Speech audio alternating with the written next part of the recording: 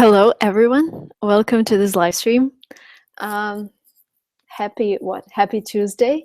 I hope you all had a great weekend. I had a really long weekend because I went to LA and we just came back yesterday, and the the trip wasn't that fun because the problem was like we came to LA on Saturday and I had so many plans, like meeting with fellow bloggers and doing a lot of stuff together.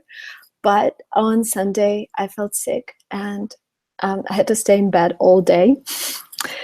Yeah, hey, hello everyone. So we have 76 people now. That's great. Perfect. Yeah, just wanted to share my plans for the summer in this webinar and answer your questions about whatever you want to ask me, study abroad, US university admissions. So yeah, the first thing about my plans for the summer, next weekend I'm going to Las Vegas to see one of our schools. Yes, there's a language school in Las Vegas, so if you're ever dreamed of coming to Las Vegas and learning English, this is your chance. It's going to appear on Language Trip really soon.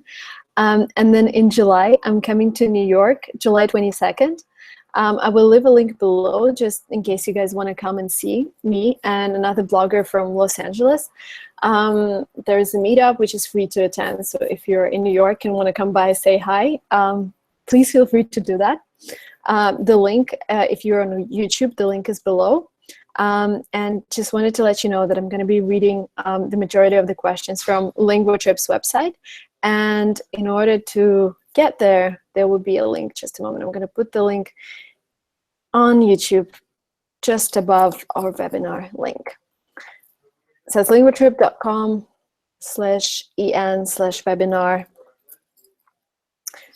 Yeah, just a moment. I'm setting everything up just to make sure you see me. So yeah, if you could follow the link that I will be posting right now on YouTube, this is where I will be reading the majority of your questions, because in this chat on YouTube, they're coming in like crazy, and sometimes I don't have time to read them.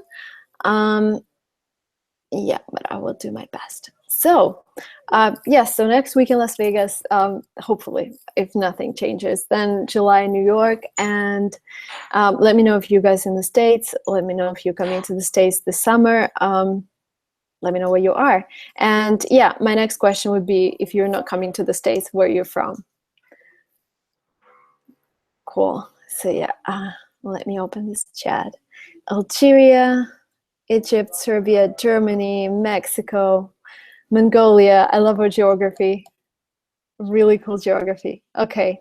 So yeah, and if you have any questions to me, please feel free to ask them. I think we have the first question. Was a good university in the USA for business students transferred for the fall semester?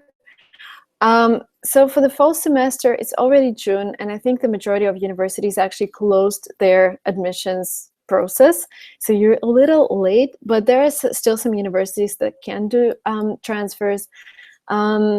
Maybe look at colleges. I don't know which year you're in, but actually all of the transfers to American universities, they are a little complicated. So in order to transfer, you would need to prove that you've had the same subjects that university had and that you had the same textbooks. So we had a couple of students who actually transferred from one of the top universities in Ukraine to a top university in the States. But those students, they've actually won some international Olympiads, and the universities were really happy to see them. So it really depends on your case. And I think it's a little last minute for you to transfer right now. Guten Abend. Can you study music at Harvard? Yes, you can. You just need to Google the right department. Yeah, which countries are the best for international students? This is a really cool question. It really depends on your goals. So for me, like, I feel that Germany is a great country for international students because the first point is that education is free there. And second, it's a cheaper country compared to the States. But there is a drawback. If you don't speak fluent German, then first, you won't be eligible to study for free. Education in English in Germany is not free. And then the second, if you don't speak German, you will feel a little outside the community. So when I was in Germany, my German was C1, which is pretty good, but I still felt that I'm not a native speaker, and Germans are not well, to me, like, my neighbors were not the friendliest people in the world. There were some really cool Germans that we made friends with, but I still felt that I would do better if my German had been better. So in terms of like, the second country that I would really recommend is Canada. If you only speak English and if you're looking for cheaper education than the States and Great Britain, then I would choose Canada. And they also have really cool immigration policy for international students. So if you do your bachelor's there and then you transfer, then you get 3 years of internship. And if you intern with the subject that you studied at the university, I think you're also eligible for a work permit, but don't quote me on that. Please check the Canadian immigration website, because it's different from country to country, but we have a lot of students who go to Canada and stay there for their work experience. There is a question also about Italy. Like, still the same with Italy. If you don't speak Italian, I think you might feel a little like out of community. And I've seen a lot of students in Germany, for example, who didn't speak German, and all of their friends were just international students. And then we just all parted our ways. Everybody went back home. And yeah. So yeah, guys, I'm starting to read the questions from LanguageRip's website. So if you could please follow the link below the video and ask a question on the LanguageRip's website, that would be great. Yes, so we have here Amit from Pakistan and Agustina. Oh, Agustina, I remember you from the last live stream. Welcome back. What are the prospects of taking student loans for international students? So the first thing you need to remember about loans is that not every single university provides them. There are a lot of universities that do, and they're mostly top universities, because imagine like you're an international student, nobody knows your credit history, and they would need to give you around $100,000 in loans. And how would they guarantee that you're gonna give them back? So if it's a top university, then top university is kind of the guarantor. It guarantees that you're going to pay back. And this makes things easier. And we have students starting at Stanford and MIT that got loans from the university directly. But if you do not get admitted to a top university, if you're attending like a good school that doesn't provide loans for international students, then you would need a person, a US person, like green card holder or US citizen who has been in the country for many years, who has good tax history, and who can be a guarantor. And he also needs to show that he has good income to support you. And once you get it, I've talked to some students here in the States, and they say it took them around 5 years to pay it back. Again, really depends on your profession, on what you do after university, whether you're staying in the States or whether you're going back home. But the best thing you can do is actually rely on yourself or university's financial aid. If that's not an option, then yeah, loan might be an option, but this is like one of the last. Which thing is... I think what is going to help you to get admitted into MIT for a master's in mechanical engineering. You know, this is so easy, guys. What we can actually do, I can show you my screen right now. I'm going to close all the windows. So what you do, so it's master's in mechanical engineering, MIT. Let me show it to you. Like, this is super useful, and you can do it yourself. So if you see my screen, we're going to go to Google. And this is, by the way, this is where I'm reading all of your questions. This is LanguageRip's website. I'm not reading them from YouTube. Yeah, I'm just checking it. You see it. Okay, so we go Master's Mechanical Engineering, MIT, and then we click Admissions. Here we go. This is official information from the university, the only information you should rely on. So what they need from you here is the completed application form, which you can fill online, minimum 3 letters of recommendation, which means that normally for master's degrees, you would need a couple of professional recommendations. So if you have work experience, if you have your manager, then he would provide this letter of recommendation, and then maybe 1 academic. Uploaded copies of transcripts, that's easy, like all of your grades. Self-report, GRE results, general test only. So they ask you to take the GRE. And yeah, you would, and also TOEFL or IELTS. For TOEFL, they would require 100 IBT, which is pretty high score. And then there's the whole application process. Another thing that I would recommend you to Google for is the class profile. I don't know whether they have it here. No, faculty and staff. So yeah, sometimes they have it. I wouldn't waste our time, guys, now to show you. Let me stop sharing my screen. Just a moment. Okay, I'm not sharing my screen, I guess. Yeah, let me see. Sorry.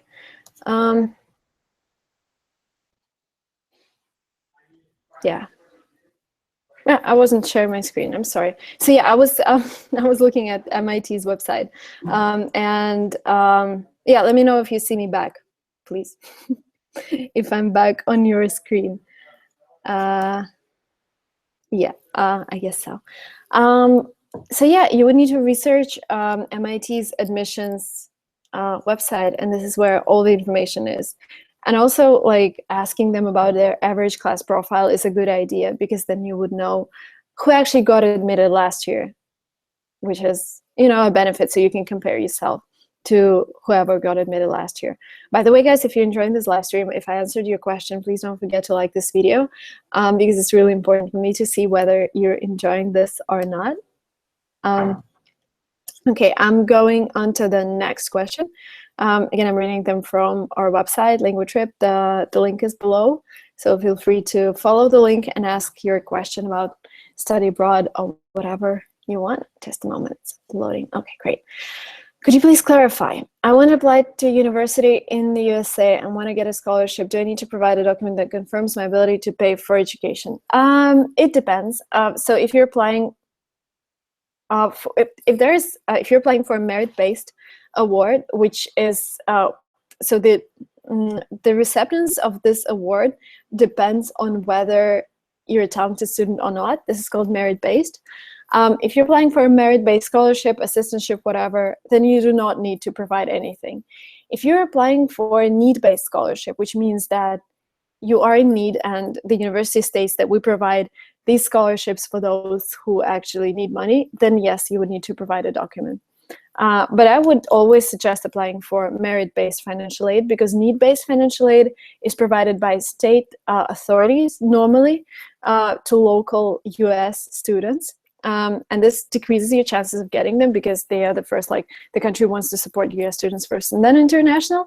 But if you're applying for merit-based financial aid, they would select you only on the basis of how good you are, how talented you are. Hello, I'm from Ukraine. Oh, by the way, I know many people who watch my English channel do not realize I also have a Russian-speaking channel. So if you go and Google Marina Mogilko, there is a Russian channel, and we have Russian live streams on Thursdays as well. Just to let you know, maybe you feel, or if you want to speak English to me, that's not a problem at all. I'm from Ukraine. I got decided to become a student at Stanford University. Could you tell me what's the difference between linguistics and English? Oh, that's really, you need to compare the timetables for both programs, the courses that they read, and how long the program is and what's included. The GRE has different, so she's asking about GRE subjects. Actually, you can Google, again, GRE subject list. There are different kinds of them. So there is GRE maths, there is GRE physics, there is GRE browsing it on Google. I'm going to read it out to you so you know. But the thing you need to remember, GRE subjects are only required by top universities. So normally, if you are applying to a general program, not really a specific program, then they would not need your GRE subject. They would just need GRE general. And the subjects are biology, chemistry, literature and English, mathematics, physics, psychology. So for example, we had master's in computer science student at MIT, and he had to take mathematics and physics. So they required two GRE subjects from him.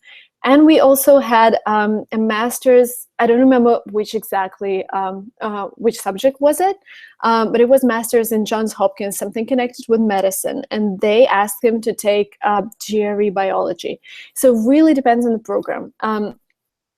what you need to do is just go to the admissions section of the university that you want to go to and see whether they require GRE subject test. Again, for example, you're applying to 6 universities, and one of the universities, which is like Stanford, requires you to take both GRE general and GRE subject.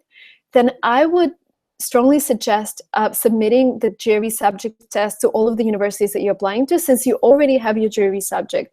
It will really improve your chances of getting accepted, because they would look at your GRE general and say, hey, he also has the GRE subject test, and this is how we can judge his ability of performing well in a particular subject. So if you have them, feel free to submit them to other universities as well.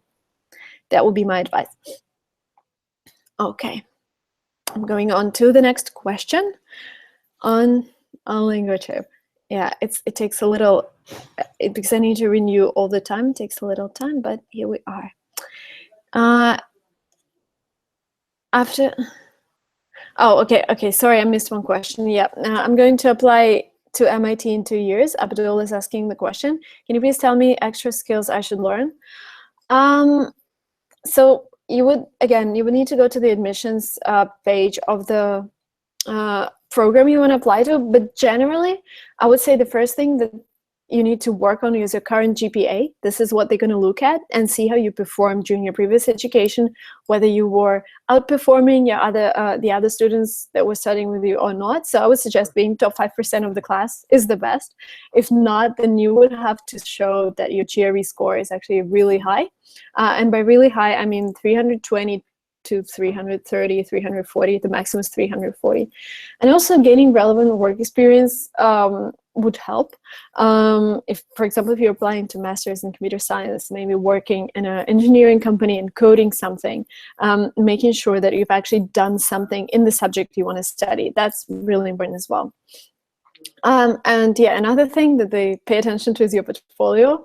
So if you take part in any competitions, if you have any publications, like anything that can make your resume stand out, that would also be great. Maybe you're starting your company, or maybe you're taking part in an international coding competition, or you're taking part in a hackathon with your startup. So really depends. Again, but first, the thing that you need to pay attention to is your GPA. Oh, and your English if you're an international student, of course.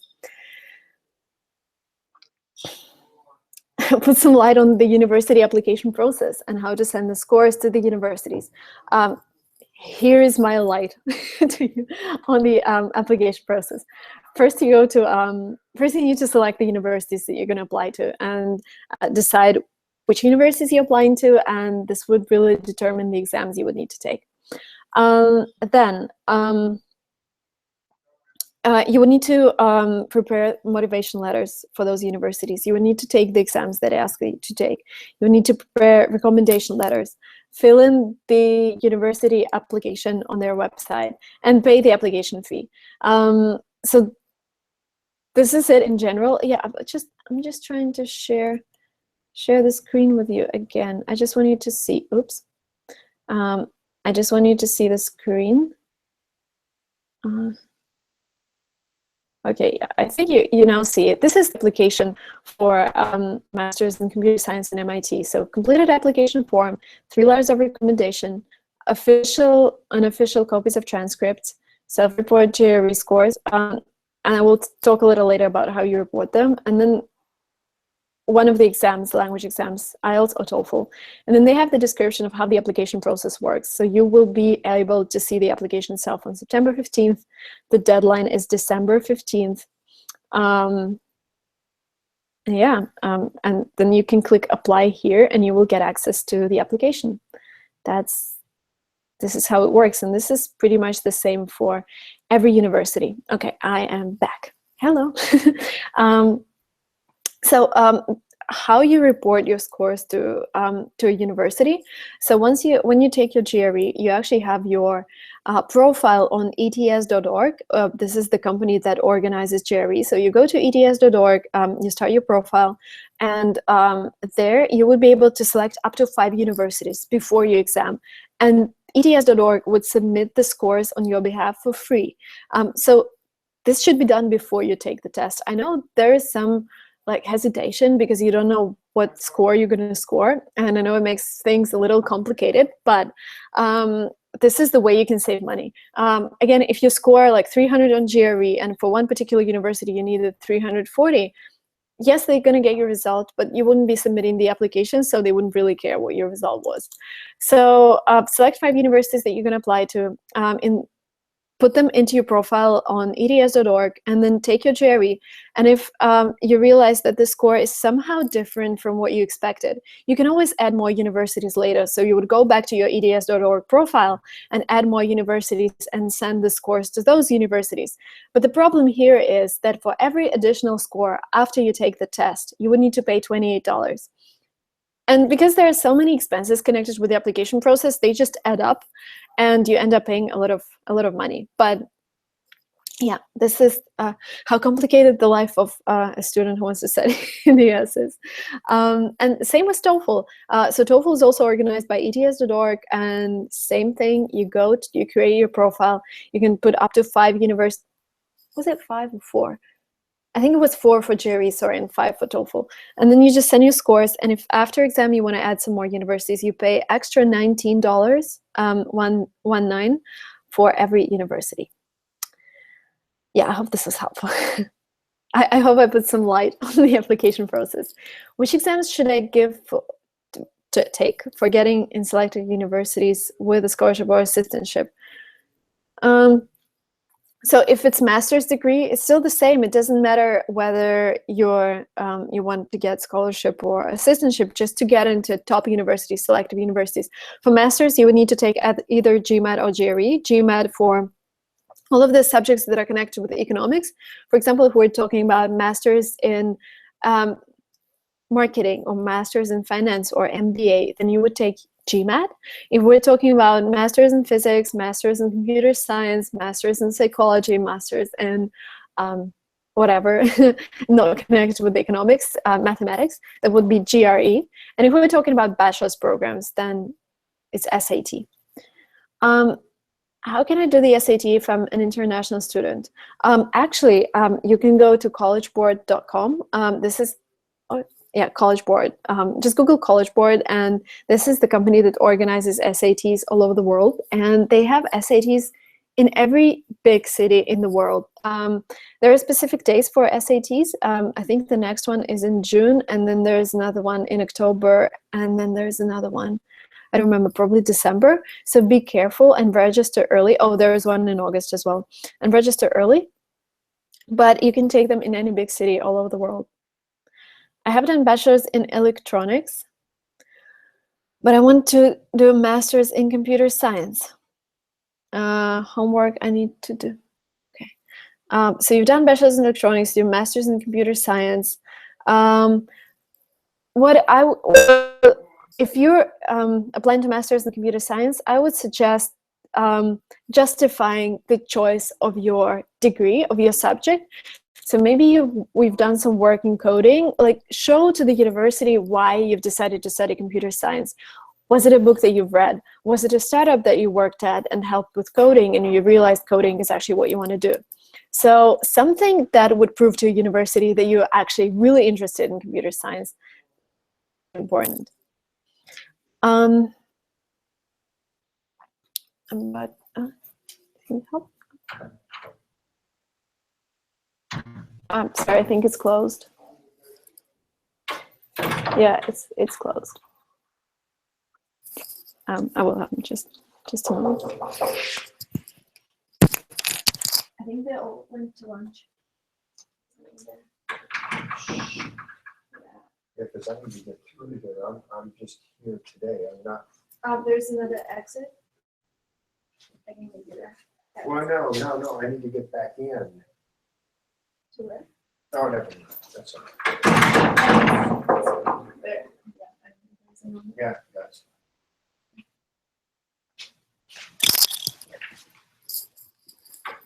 Okay. Okay, I'm gonna go. She's gonna knock on the door. Okay.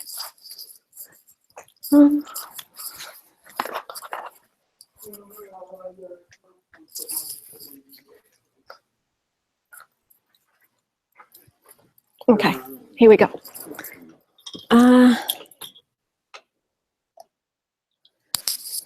Okay, your next question. Hello, I'm about to get my major in civil engineering in Ecuador. I like to get master's degree in the States.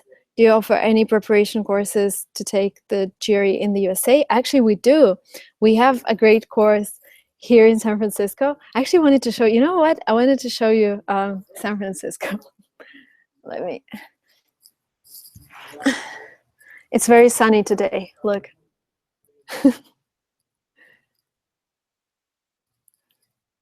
Yeah, we're actually very central right now, and we have Kaplan Language School just across the street. And Kaplan does a lot of GRE prep, and if you book on LingoTrip, you get extra discount. So if you're interested in taking a GRE course, you can always go to LingoTrip, request callback or whatever, just shoot us an email, and we're gonna help you with taking your GRE. We also have GRE prep online, and our tutor, whose name is Michael, he has taken GRE himself, and he scored 340 out of 340. Which is great, right? So please feel free to go to linguatrip.com/gmat, and there you would see the tutor, or you could also look up schools as well. As I said, we have Kaplan, which is really good for GRE. Okay. I'm taking a year drop for SAT. What things should I do to make strong application? Again, it's all the same, your GPA, your SAT, maybe something that would prove to a university that you're serious about what you're studying.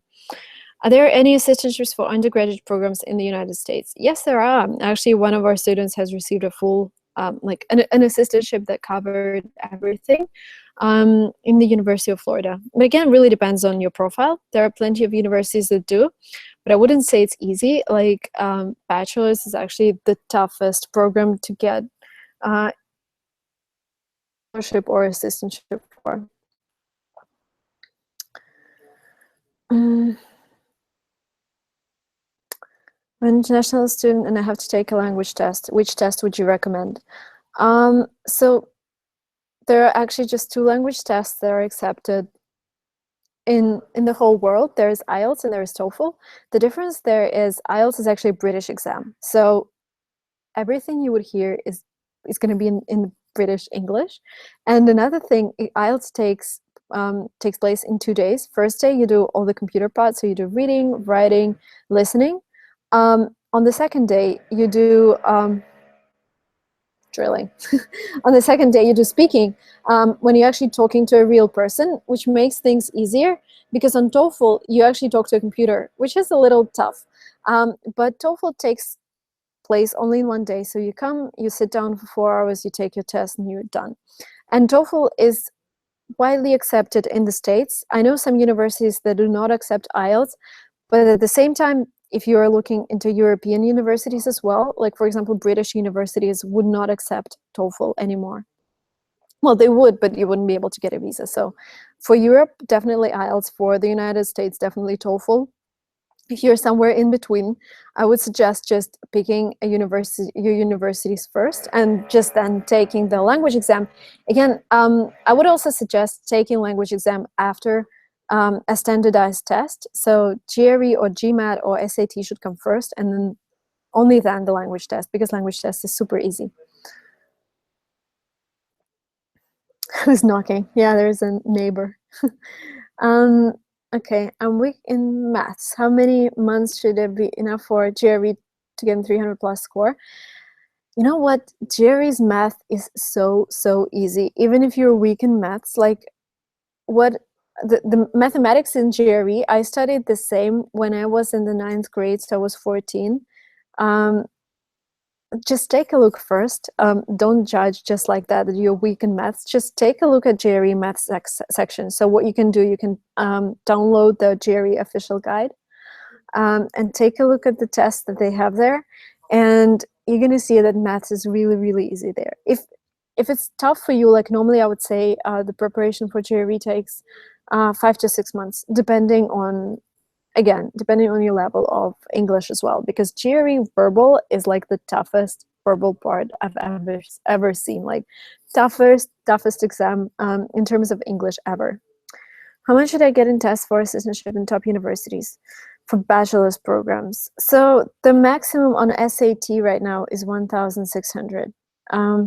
I would suggest getting something close to there, and also taking SAT subject tests to improve your application. Life is so uncertain in USA, as you don't know what's next. Well, life is uncertain anywhere in the world. I would say US is the most predictable country because the system has been here for hundreds of years, and there are countries like my country, for example. 30 years ago, it was still a completely different world. It was Soviet Union, and now we have Russia. So I wouldn't say the USA is uncertain. I would say the whole world and the whole life is uncertain. So you never know. Just, go with the flow, and don't make any plans that you would regret later. Let's go on to the next question. People suggest that I should talk 24/7. I would just need my food here. I'm junior in high school in Colombia, so I want to receive advice on American universities right away. Will you give it to me by the program?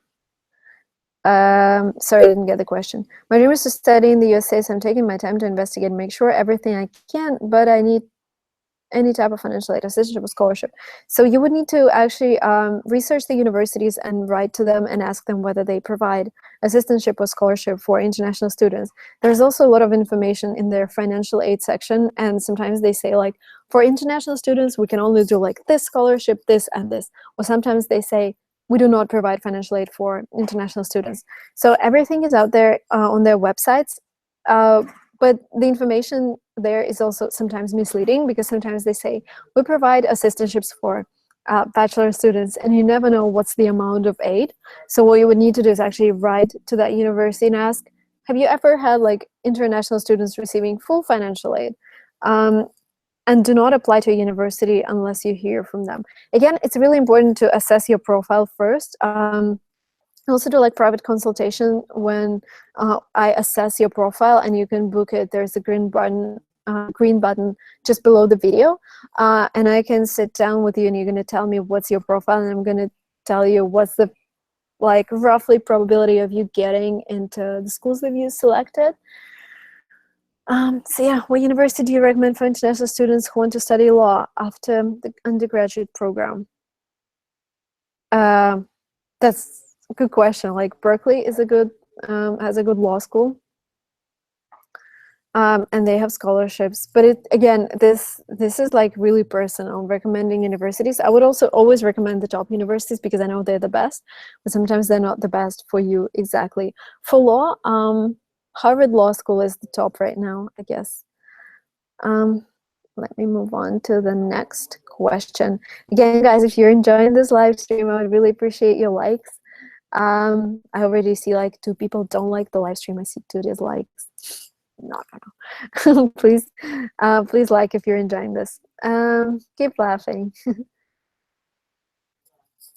Hello. Okay. Oh, that's in my headphones. Sorry. Okay. What advice would you give to your 17-year-old self? I should actually make a separate video on that, because that's, I would like, in short, I would say, don't compare yourself to others, because when I was 17, there was so many of my friends would go clubbing all night, and my parents wouldn't let me, and they would do like drinking and hanging out with other more adult friends, and my parents again wouldn't let me do that, and I always thought that I was missing out on something. But when I grew up, I actually realized that my parents were right, and all of those kids that I compared myself to, they didn't do well in life. Maybe they still would, but right now I don't see them like achieving a lot of things.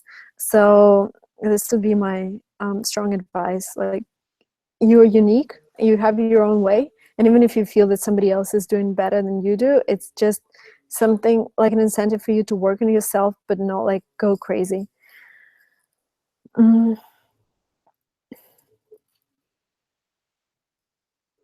Is letter of recommendation important for admissions process? Of course, it's the vital part of your application, and if you don't submit it, then you would lose like, I don't know, 10% of your application.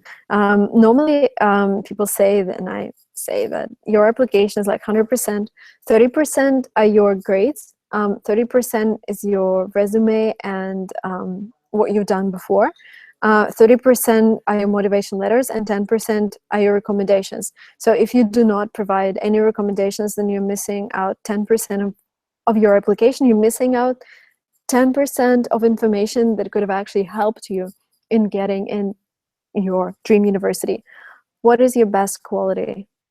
I think I'm very responsible, and I think this is the quality I cherish in employees. And I know and like friends, I know there are many people who are irresponsible, and normally we do not get well with them because they, like, I had a couple of friends, they would also say like, let's hang out on Saturday, and then on Saturday they would just, you know, decide to do something else. And I think this is really irresponsible. I just wanted to tell that you're an inspiration. Thank you so much. Please keep up your lovely videos. Yeah, I'm sorry I missed the video yesterday. I actually think of changing my schedule a little so we can do live streams on Tuesdays and a video maybe like Friday or Thursday. Yeah, this is why there was no video. And also I was sick. I couldn't film a video. I was so sick on Sunday. I just lay down in my bed, and yeah, this is what I've done in LA. Just stay in bed.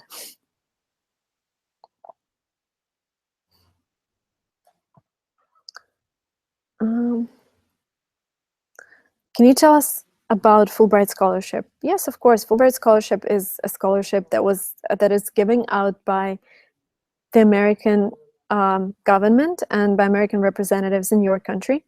What you need to do for the Fulbright, you need to prove that you will be able to get into top universities, and they're quite selective. They have like a list of universities where you can get in, and if you do get into them, they're paying for your exams, they're paying for your tuition, accommodation, flights, like everything. This is an amazing program. But there's one drawback. If you graduate from master's degree, then you have to go back. Like, you have this condition that you cannot apply for US work visa for 2 years after you graduate from a program that was sponsored by the Fulbright program. So if your goal is to actually get work experience and stay in the States, then Fulbright is maybe not the best choice. But if your goal is just to get masters from the States, then this is one of the best programs. But again, the competition is really high. Yeah, I haven't even tried applying there. But I do not discourage you from trying. Just go ahead and do that. I don't have good GPA. Will internships work to get in Ivies? Well, internships wouldn't really outweigh your low GPA. What would outweigh your low GPA is your standardized test score. So, for example, if you have low GPA and you want to get like bachelor's in Harvard or Stanford, I was just like scoring 1,600 on SAT, like scoring the best. But because these universities are so competitive, if you like really want to get into top ones, then you need to work really hard. Again, take SAT subjects as well, and try to get as much as you can. But also have some universities that are safety schools, where the acceptance rate is around 60 to 70%, so you wouldn't end up just, you know, applying to universities and not getting anywhere, because this is the last thing that you want to happen to you. Like, just staying and not getting a bachelor's degree just because you applied to the wrong universities that didn't accept you. Hey, I wanted to know which colleges in Germany or Russia are good for doing MBA. University of Munich is a good one in Germany. In Russia, there is Higher School of Economics, Moscow State University, pretty good. And there's also St. Petersburg University of Economics. Also, it would be great help if you could tell me which ranking website could be considered as top 25 colleges. So there's QS ranking, there's US News. I always use those two. There's also top universities that you can use. Yeah, I would suggest those three. You're getting pretty day by day. Thank you. I feel like regular already. Yeah, you feel like regular, definitely. I hear you talk a lot about universities. What do you think about singularity? I'm sorry, I don't have any opinion on the singularity because I haven't had anyone from that university, or I've heard of it definitely from people here in the Valley as well, but no opinion. I'm sorry. Which university is best for astronomy in USA? Astronomy, Stanford, yeah, you'd say MIT. Stanford is also pretty strong because they have the strongest machine for watching the stars. Sorry, I don't remember the right name for it, but it's the largest in this area. But again, the best university for you is not the first university in the ranking. It's actually the university that suits your GPA, that suits your background. So there's a lot of research behind that. It's not just asking you which university is the best. It's actually making a list of like 50 to 60 universities, writing down what's the acceptance rate, writing down what's the average GRE, what's the minimum TOEFL, and comparing yourself to students that are actually studying there. I subscribed to your channel when you had 1K subscribers. Oh, wow. You're like a long timer. Because, yeah, right now I have 80,000. And, yeah, pretty soon I will have 100,000, which is so exciting, right? Yeah, thank you. Thank you so much, guys, for being with me for so long. I realized that's a lot of videos and a lot of time because I started my channel. Was it like, oh, it's a year ago, a little more than a year ago. Okay, let's go on to the next question. What is your favorite city? San Francisco, maybe? California, like Bay Area, I think is my favorite part of the world. Does the university need to verify the letter of recommendation? Actually, no. So the letter of recommendation, the way it works with American universities, when you apply to the university, you fill in the electronic application.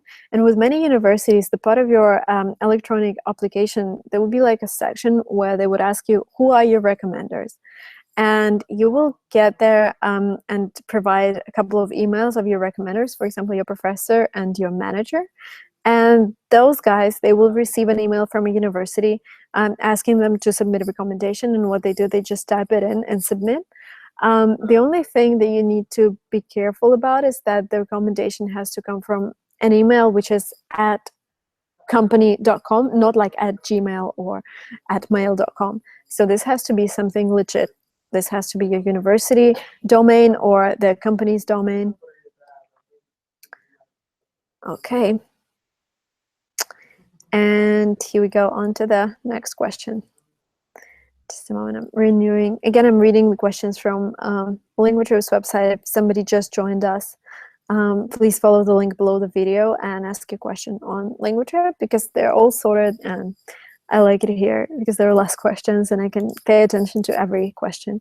New York University is my dream school. Is it possible to enter as international undergraduate student with an assistantship or scholarship? Yes, they definitely do scholarships.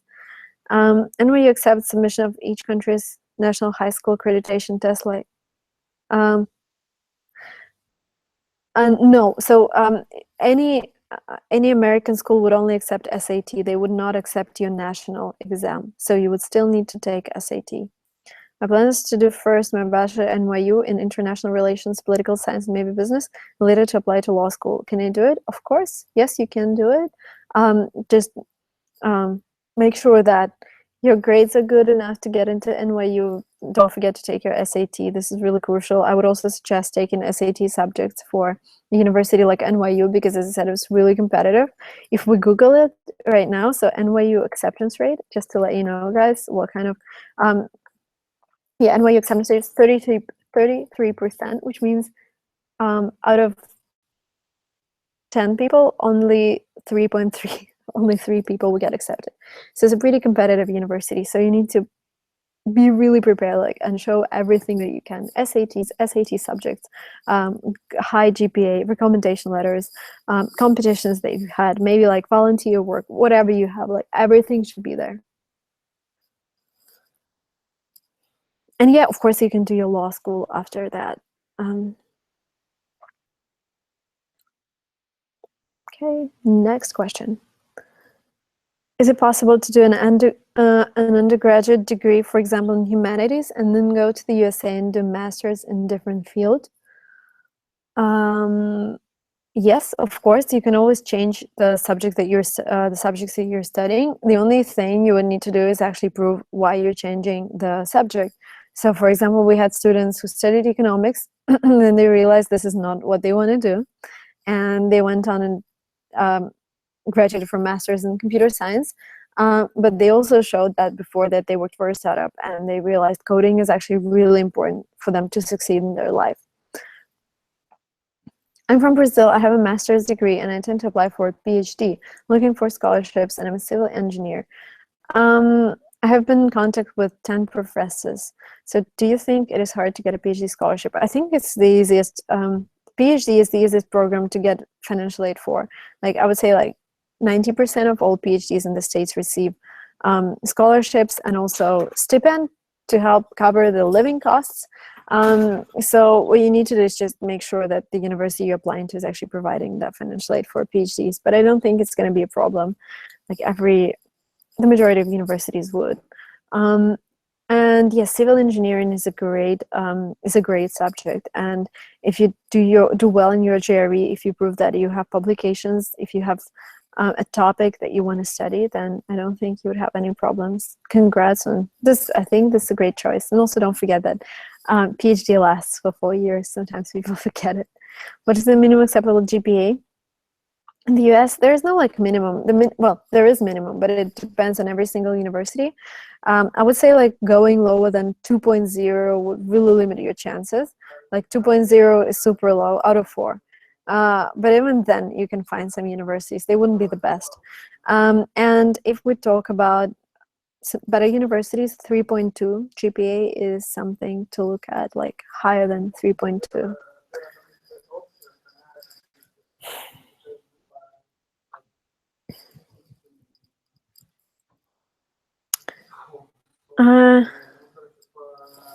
Hi Marina, I heard that when you get any type of scholarship in a university in Texas, you'll automatically be eligible to pay in-state tuition. Is that correct? So it doesn't really matter to you. Yes, this is how it works with some universities. If you receive a full scholarship or something, they would just automatically reduce your tuition to in-state. But this doesn't really matter because full scholarship means that you're asking about any type. No, if you're getting any type of scholarship, that it doesn't mean you're automatically eligible for in-state tuition. I would ask a particular university, but I've never seen that ever. I'm sorry. Maybe it's just because I haven't had a lot of experience with Texas. But if we're talking about other states, if you're receiving like partial scholarship, like 20% discount, sometimes they would tell you like, as part of financial aid, we would reduce your tuition to in-state. But this is another kind of scholarship. So talk to the university and ask if they have had any students who actually had the tuition reduced to whatever you're asking. Do you think work study programs, mostly co-op, can help you in paying tuition? For example, Northeastern University, sorry. Not really. So if you work study programs only for like American students, they're not for international students. But if you're here in America, if you're an American, then yes. If you are an international student, then working on campus doesn't really help you offset your tuition costs, because the average salary per hour is around, I don't know, $15, and if you work even for 20 hours, which is the maximum that's allowed, then you will still get like $200 a week, which is not enough to cover your tuition fees.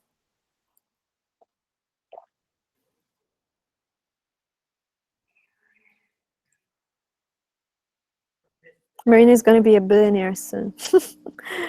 Fingers crossed. What advice universities for engineering that provide financial aid that covers all expenses easily for master's program? Again, maybe MIT does. I'm sure MIT does, and Stanford. At the University of Michigan or University of Florida, good choices. It depends on your portfolio, so I don't know whether it's a good choice for you. I'm sorry. Like, in order to determine the right universities for you, I would suggest taking a private consultation so we can go through your background and I can tell whether you have high chance of getting the scholarship or not. Hi, Marina. I heard that extra language courses helps in getting into the top universities. Is this true?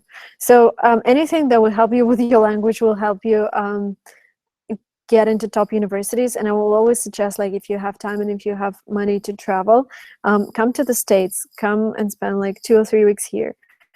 And come to Boston, for example. Boston is home for Harvard, Boston University, MIT. Take a language course in one of the local schools, and also in the afternoon, take some time and go and visit those universities. Meeting the admissions committee is really important and plays some role in, you know, at least getting to the interview. So if you have that opportunity, I would definitely come to the States and visit the schools myself and take the language course that will help you to take your language to the next level. This is actually what Language Trip is about, right? This is what we do here and help people travel abroad and learn languages.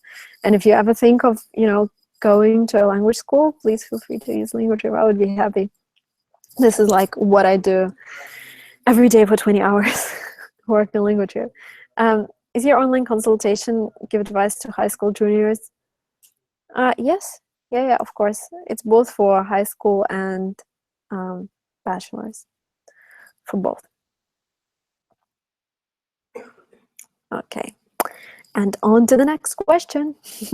So we have 115 people watching. Guys, again, if you like this stream, I would appreciate your likes, because we have 116 people watching and only 77 likes, which means that 30, 40 people aren't happy. Okay, I'm reading the next question. Is it possible to transfer from one school to another after first semester of master's? Might be a little tough. You can always ask the university that you want to transfer to. So I see that you want to transfer from WMU, University of Michigan, to Ann Arbor. Shoot an email to Ann Arbor and ask. But I don't know, sometimes like when master's program is just 1 year, it doesn't really make sense. But if it's 2 years, then maybe there is a chance they would accept your subjects. But again, the problem might be is that, for example, you have like 10 subjects in University of Michigan, and then only 7 of them are transferable. So that will mean you will need to pay extra when you get into Ann Arbor. But it is possible, of course, it is possible to transfer. What is your opinion on liberal arts colleges?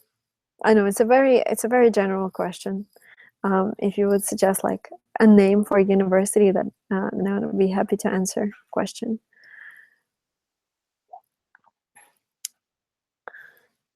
Hey Marina, please name a couple of schools in the US to get my master's in hospitality and tourism.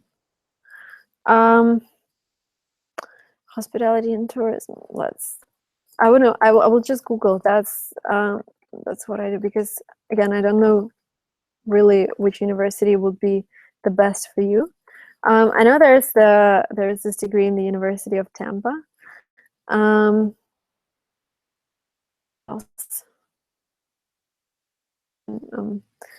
trying to see what would be a good choice here. Colorado State, California. Oh, California State, like in the UC, San Francisco State, University of Nevada, Ohio State, Cornell. There are loads of them. Again, the particular university depends on your profile, your budget, and your GPA. Okay. Should I pass GRE or GMAT for these subjects? I don't think you would need to pass GRE or GMAT for hospitality and tourism. Maybe GRE, but I don't think so.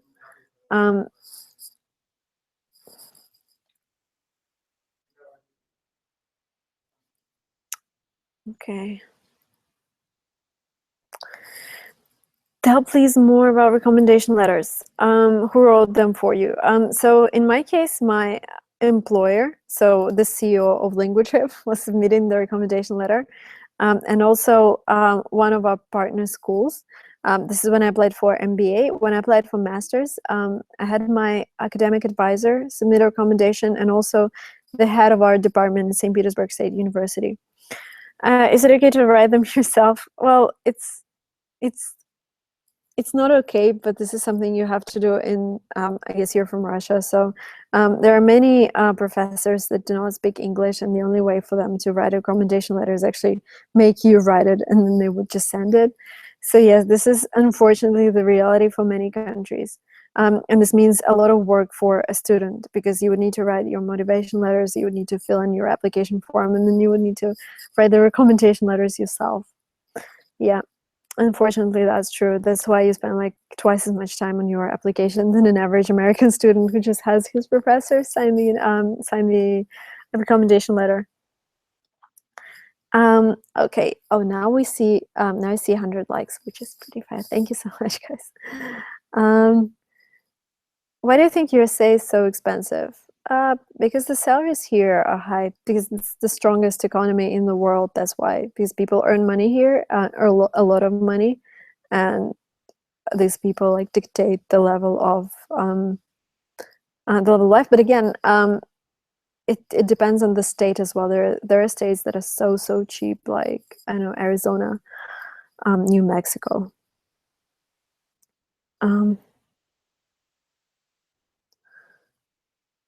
How to improve our language this summer? If you have opportunity to travel, again, guys, I would be happy to see you. For example, in New York, if you take a language course, we have these extra discounts on our website for the school called ILSC. If you go to Lingua Trip, select English, then New York, and then you will see the language school. Please feel free to come. I will be there in July, 22nd July. We'll have a meetup, and you're more than welcome to come. There is a link below to register. And so travel to an English-speaking country, immerse yourself in a language, stay with local family. Everything is bookable on Lingua Trip with a discount, and you will get lower rates than directly with school, and we'll be super happy to help you. I would be really happy to see you among our clients. Yeah, so if you have any questions about like language courses, you can always request callback or ask us in the chat below.